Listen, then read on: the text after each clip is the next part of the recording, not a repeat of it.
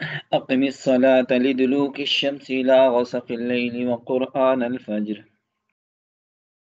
إن قرآن الفجر كان مشهودا ومن الليل فتهجد به نافلة لك عسى أن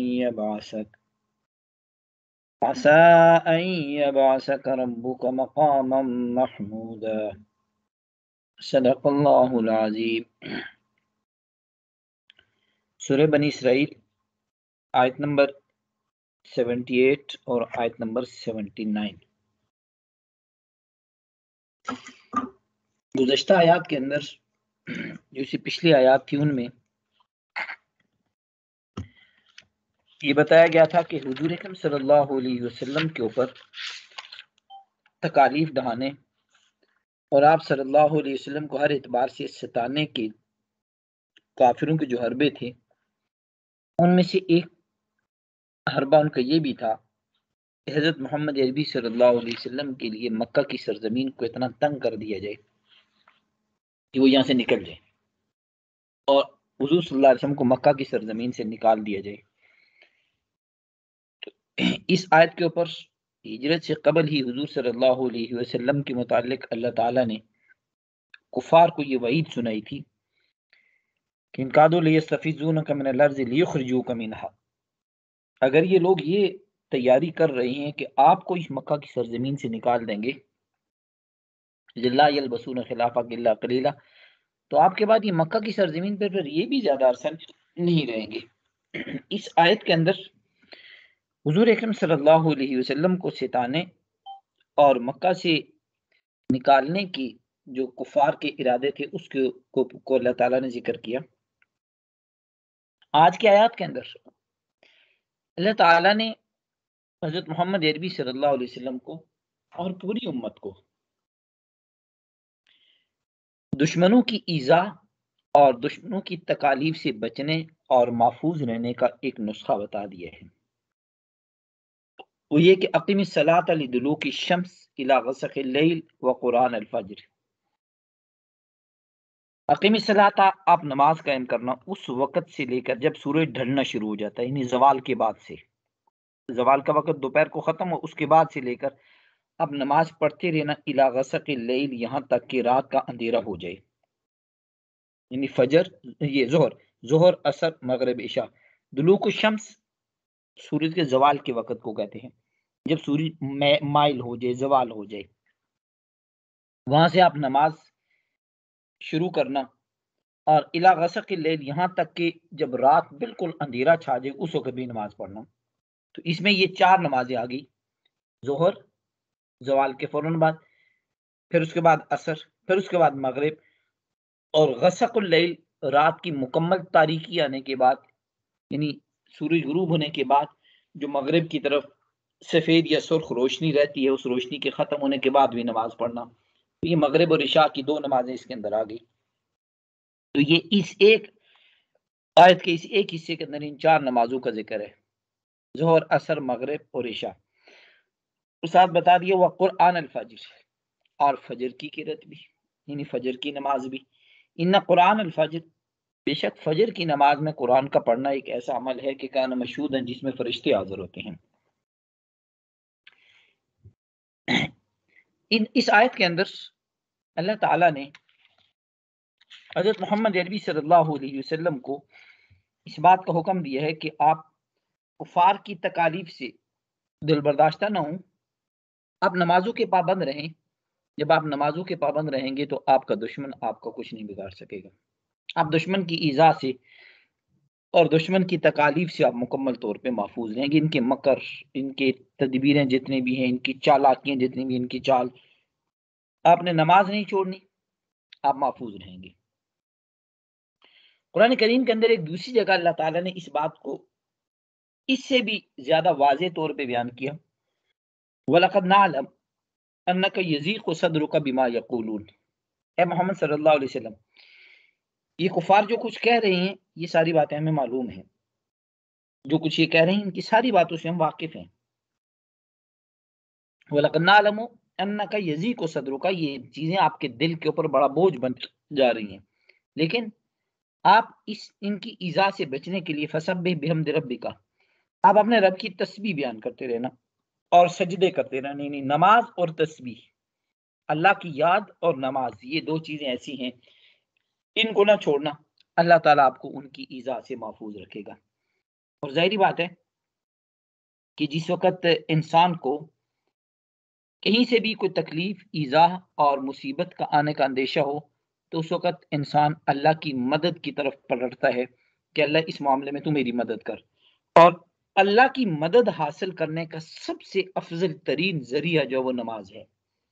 قرآن میں اللہ نے فرمایا وَاسْتَعِینُوا بِالصَّبْرِ وَالصَّلَاةِ، صبر اور نماز کے ذریعے سے اللہ کی مدد حاصل کرو. ان کو مصیبت آتی ہے، کوئی غم آتا ہے، کوئی پریشانی آتی ہے، تو اس میں سب سے پہلی چیز تو یہ صبر کرو، اور دوسری چیز یہ کہ نماز کا اہتمام کرو، نماز کو اپنی زندگی سے نہ جانے دو. یہ دو چیزیں اپنے اندر پابندی سے رکھیں گے تو اللہ تعالیٰ مصیبتوں، پریشانیوں، دکھوں اور تکلیفوں سے آپ کو اللہ تعالیٰ بچا دیں گے. دوسری چیز ساتھ یہ بتائی کہ ان قرآن الفجر کان مشہودا، فجر کی نماز میں فرشتے حاضر ہوتے ہیں. ایک حدیث میں حضور اکرم صلی اللہ علیہ وسلم نے اس کی وضاحت یوں بیان فرمائی کہ آپ صلی اللہ علیہ وسلم فرماتے ہیں کہ اللہ تعالیٰ نے دنیا کی نظام کو چلانے کے لیے کچھ فرشتے ایسے متعین کیے ہوئے ہیں جو دن کو زمین پہ ڈیوٹی دیتے ہیں، اور کچھ فرشتے ایسے ہیں جو رات کو ڈیوٹی دیتے ہیں. جن فرشتوں نے دن کے وقت حساب کتاب لکھنا ہوتا ہے، یہ ڈیوٹیاں اور ذمہ داریاں دینی ہوتی ہیں، جو کام فرشتوں کے ذمہ اللہ تعالیٰ نے لگائے ہیں، وہ فجر کی نماز میں زمین پہ اتر آتے ہیں. یہ مسلمان فجر کی نماز ادا کر رہے ہوتے ہیں، اس وقت یہ فرشتے زمین پہ اتر آتے ہیں اور یہ پورا دن ادھر ہی رہتے ہیں. اور پھر عصر کی نماز کا جب وقت ہوتا ہے تو یہ دن والے فرشتے آسمان کی طرف چلے جاتے ہیں، اور جن فرشتوں نے رات کو کام کرنے ہوتے ہیں وہ رات والے فرشتے عصر کی نماز کے وقت آ جاتے ہیں. یہ عصر والے پوری رات یہاں رہیں گے، یہ فجر کے وقت یہ سارے چلے جائیں گے. ان قرآن الفجر کان مشہودا، یہ فجر کی نماز ایک ایسا عمل ہے کہ اس میں فرشتے، سارے ہی فرشتے حاضر ہوتے ہیں. کون سے والے؟ جو ان سے رات کو ڈیوٹی کر چکے، رات کو جو ان کی ذمہ جو احکامات لگائے تھے وہ کر چکے، یہ والے بھی فجر میں موجود ہیں، اور جنہوں نے دن کو کام کرنا ہے وہ بھی یہاں پہ آگے. تو یہ سارے کے سارے فرشتے نماز فجر کے اندر حاضر ہوں گے، نماز فجر کے اندر موجود ہوں گے. اس وجہ سے نماز فجر کو کبھی نہ چھوڑو کہ اس میں یہ ایسا بابرکت وقت ہوتا ہے کہ اس میں فرشتوں کی تعداد باقی نمازوں کی طرف فجر میں اور عصر میں، ان میں باقی نمازوں کی نسبت فرشتوں کی تعداد زیادہ ہوتی ہے. اسی وجہ سے اب آپ دیکھیں یہاں فجر کا حکم دیا، ان قرآن الفجر کان مشہودا، فجر کی نماز میں فرشتے حاضر ہوتے ہیں. اور قرآن کی ایک دوسری نماز میں اسی طرح عصر کا ایک خصوصیت کے ساتھ حکم دیا گیا ہے، حافظوا علی الصلوات، ساری نمازوں کی پابندی کرو، والصلاۃ الوسطیٰ، اور خاص کر کے یہ درمیانی نماز، نماز وسطیٰ یعنی نماز عصر، اس کا خاص طور پہ خیال کرو. تو اب ان دونوں چیزوں کو اگر آپ ملائیں، اس آیت کو اور اس آیت کو، تو جسے پتہ چلتا ہے کہ نمازیں تو ساری کی ساری انسان کے اوپر لازم ہیں، لیکن یہ دو نمازیں ان کی تاکید الگ سے کی جا رہی ہے کہ فجر کی نماز میں فرشتے حاضر ہو رہے ہوتے اور عصر کی نماز اس کا خاص طور پہ دھیان کرو کہ اس میں بھی فرشتے زیادہ حاضر ہو رہے ہوتے ہیں. ان قرآن الفجر کان مشہودا، یہ تو 5 نمازیں اس کے اندر ہو گئی. اور ایک ساتھ چھٹی نماز کا ایک اور ذکر ہوا ہے، وَمِنَ اللَّيْلِ فَتَهَجَّدْ بِهِ، رات کے وقت میں نماز تہجد ادا کیا کرو. نافلۃ لک، یہ آپ لوگوں کے اوپر ایک نفلی نماز ہے، ایک اضافی نماز ہے جو فرض نہیں ہے. نافلۃ لک یہ ایک نفلی نماز ہے. اب نماز تہجد کے مسائل اور نماز تہجد کے احکامات انشاءاللہ یہ اگلی کلاس میں ہوں گے. اس سے اگلا جملہ اس کے اوپر میں بات کرتا ہوں کہ ہمارے کافی وقت سے لائٹ کی بھی اور چارجنگ کم ہے کہ ایسا نہ ہو کہ درمیان میں ختم ہو جائے تو وہ تہجد کا 2 حصوں میں جب تقسیم ہوگا تو آج والی بات کہ ایسا نہ ہو کہ درمیان میں رہ جائے. اس آیت کے دوسرے حصے پہ اگر آپ آئیں، اللہ تعالیٰ فرماتے ہیں عسیٰ ان یبعثک ربک مقاما محمودا، آپ کے ساتھ ایک وعدہ ہے، حضرت محمد عربی صلی اللہ علیہ وسلم کے ساتھ اللہ تعالیٰ ایک وعدہ کر رہے ہیں کہ عسیٰ ان یبعثک ربک مقاما محمودا، آپ کے ساتھ یہ وعدہ ہے کہ اللہ تعالیٰ آپ کو مقام محمود پہ پہنچائیں گے، اللہ تعالیٰ آپ کو ایک مقام محمود پہ پہنچائے گے. یہ آپ سے وعدہ ہے، عسیٰ ان یبعثک ربک مقاما محمودا، آپ کو ایک مقام محمود پہ پہنچائیں گے. یہ مقام محمود کیا چیز ہے؟ مقام محمود، ایک تو یہ بعض مفسرین نے اس کا یہ معنی کیا کہ مقام محمود سے مراد یہ کہ وہ مقام جس مقام پہ اللہ تعالیٰ نے انبیاء کو بھی پہنچایا ہے. لیکن صحیح تر اس میں قول یہ ہے کہ مقام محمود سے مراد شفاعت کبریٰ ہے. ایک حدیث ہے، اس حدیث کو اگر ہم سامنے رکھیں تو مقام محمود ہمیں سمجھ آ جائے گا. حضور اکرم صلی اللہ علیہ وسلم نے فرمایا کہ تم جب اذان کی آواز سنو تو اذان کی آواز سننے کے بعد میرے لیے تم وسیلہ کی دعا مانگا کرو. اب یہ وسیلہ ایک ایسی جگہ ہے جو اللہ تعالیٰ اپنے بندوں میں سے صرف ایک ہی بندے کو دے گا. وسیلہ ایک مقام کا نام ہے، ایک جگہ کا نام ہے، یہ ایک مرتبے کا نام ہے. اللہ تعالیٰ اپنے سارے بندوں میں سے صرف ایک کو ہی دے گا، اور وہ مجھے یقین ہے کہ وہ میں ہی ہوں گا. اور وہ وسیلہ کی دعا اسی وجہ سے آپ دیکھیں اذان جب ہوتی ہے دوسروں کا ہم پڑھ رہے ہوتے ہیں، اذان کے بعد اللہم رب هذه الدعوۃ التامہ والصلاۃ القائمہ آت محمد الوسیلۃ والفضیلہ وابعثہ مقاما محمودا الذی وعدتہ. یہ اذان میں جو اذان کی دعا کے بعد وابعثہ مقاما محمودا الذی وعدتہ، اللہ ایک مقام محمود کا تو نے حضرت محمد عربی صلی اللہ علیہ وسلم سے وعدہ کیا ہوا ہے. یہ مقام محمود پہ حضرت محمد عربی صلی اللہ علیہ وسلم کو وہ لازماً پہنچانا.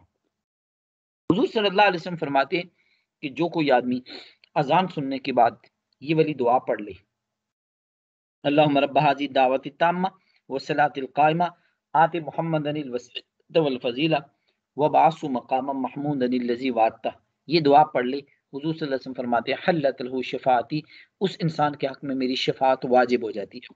یعنی یہ لازمی ہو گیا کہ اب اس بندے کی قیامت کے دن میں شفاعت کروں گا. اب اس دعا کے اندر بھی مقام محمود کا ذکر ہے. اب یہ مقام محمود کون سی چیز ہے؟ جس کو شفاعت کبریٰ کہتے ہیں. قیامت کے دن سارے کے سارے انسان میدان حشر میں موجود ہوں گے، کئی ہزار سال گزر جائیں گے، اللہ تعالیٰ حساب کتاب کا معاملہ نہیں شروع کریں گے. یہ سارے کے سارے لوگ پہلے آدم علیہ السلام کے پاس، پھر ابراہیم علیہ السلام کے پاس، پھر نوح علیہ السلام کے پاس، پھر موسیٰ علیہ السلام کے پاس، پھر عیسیٰ علیہ السلام کے پاس آئیں گے اور ان سب سے یہ کہیں گے کہ آپ ہمارے حق میں شفاعت کر دیں کہ اللہ تعالیٰ حساب کتاب کا معاملہ شروع کرے، جو جنتی ہے وہ جنت میں جائیں، جو جہنمی ہے وہ جہنم میں جائیں. ہر پیغمبر یہ کہیں گے لست ہناکم، میں وہ والا نہیں ہوں جو شفاعت کر سکے. آج وہ شفاعت کرنے والے کوئی اور ہیں، یہ مقام محمود کسی اور کے لیے ہے، یہ میرے لیے نہیں ہے، یہ کسی اور کے لیے ہے. پھر حضور صلی اللہ علیہ وسلم کے پاس آئیں گے، حضور اکرم صلی اللہ علیہ وسلم فرماتے ہیں میں سجدے میں پڑا رہوں گا اور 1000 سال تک سجدے میں ہی رہوں گا، اللہ تعالیٰ سے مانگتا رہوں گا. اس وقت مجھے کہا جائے گا ارفع راسک، آپ اپنا سر اٹھائیے، سل توتا، مانگیے کیا مانگنا چاہتے ہیں، اشفا تو شفا، سفارش کیجیے آپ کی شفاعت قبول کی جائے گی. اس وقت حضور اکرم صلی اللہ علیہ وسلم فرماتے ہیں کہ میں اس وقت یہ شفاعت کروں گا کہ اے اللہ تو حساب کتاب کا معاملہ شروع کر دے. اس کے بعد یہ حساب کتاب کا جب معاملہ شروع ہوگا، یہ ہے شفاعت کبریٰ، جب اللہ کے سامنے کوئی بھی بات نہیں کر سکے گا. اس وقت حضرت محمد عربی صلی اللہ علیہ وسلم اللہ تعالیٰ کے سامنے شفاعت کریں گے. اسی کو جب وہ مقام محمود کہا گیا ہے. تو اس آیت کے اندر اللہ تعالیٰ نے حضرت محمد عربی صلی اللہ علیہ وسلم کو اس بات کا وعدہ کیا ہے کہ آپ کو ہم شفاعت آپ کو اس مقام محمود کے اوپر پہنچا دیں گے. اور یہ جو مقام محمود ہے یہ صرف حضور اکرم صلی اللہ علیہ وسلم کو حاصل ہے. یا پیچھے جو کفار کی طرف سے ایذا، کفار کی طرف سے تکالیف اور کفار کی طرف سے حضور اکرم صلی اللہ علیہ وسلم کو ستانے کی ساری جتنی بھی باتیں ہو رہی تھی، ان باتوں کے جواب میں اللہ تعالیٰ نے حضور صلی اللہ علیہ وسلم کو عطا کر اور نوازنے کی بات کر دی کہ آپ کو ہم اس مقام تک پہنچا دیں گے کہ جس مقام تک کوئی اور نہیں جا سکتا. اس دعا کا اہتمام کیا کریں. اذان کے بعد کی دعا جو ہے اللہم رب هذه الدعوة التامة والصلاة القائمة آت محمدا الوسیلة والفضیلہ وبعثه مقاما محمودا الذی وعدتہ. اس دعا کے بارے میں حضور صلی اللہ علیہ وسلم فرماتے ہیں کہ جو آدمی اذان کے بعد یہ دعا پڑھے گا میں اس انسان کے حق میں لازمی شفاعت کروں گا، اس انسان کے حق میں میری شفاعت واجب ہو جاتی ہے. جی کوئی سوال ہو تو پوچھ لیجیے، 2-4 منٹ ہی ہو سکتے یہ چارجنگ چلے، چارجنگ کافی دیر کی لائٹ گئی ہوئی ہے تو